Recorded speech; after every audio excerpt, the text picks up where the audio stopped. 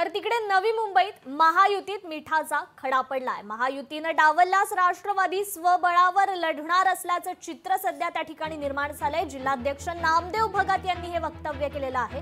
वेळ पडली तर महाविकास आघाडी सोबत युती करणार अजित पवारांच्या राष्ट्रवादीने हा इशारा दिलाय।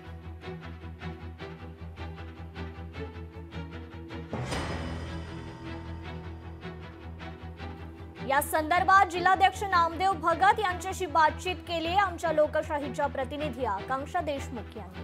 नवी मुंबईमध्ये सध्या नवी मुंबई पालिका निवडणुकांचे वारे वाहू लागले आहेत। त्यासाठी सर्वच राजकीय पक्ष तयारीला लागलेले आहेत। आपल्या सोबत अजित पवार गटाचे जिल्हाध्यक्ष आहेत।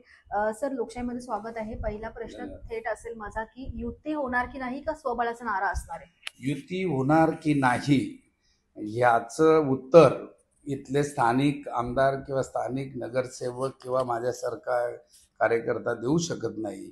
त्या लोकांचं तर सर्वकडे इच्छाच आहे की ही महायुती झाली पाहिजे, कारण आमदारकी खासदारकीला आपल्याला महायुती पाहिजे।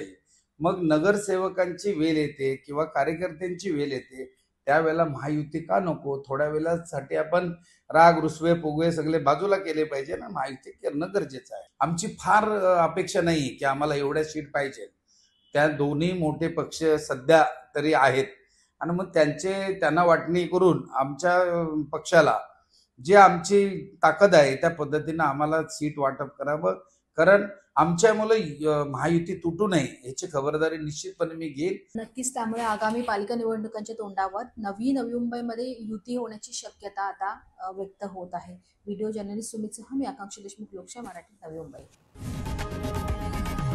लोकशाही मराठी ऐका, पहा, जागरूक रहा।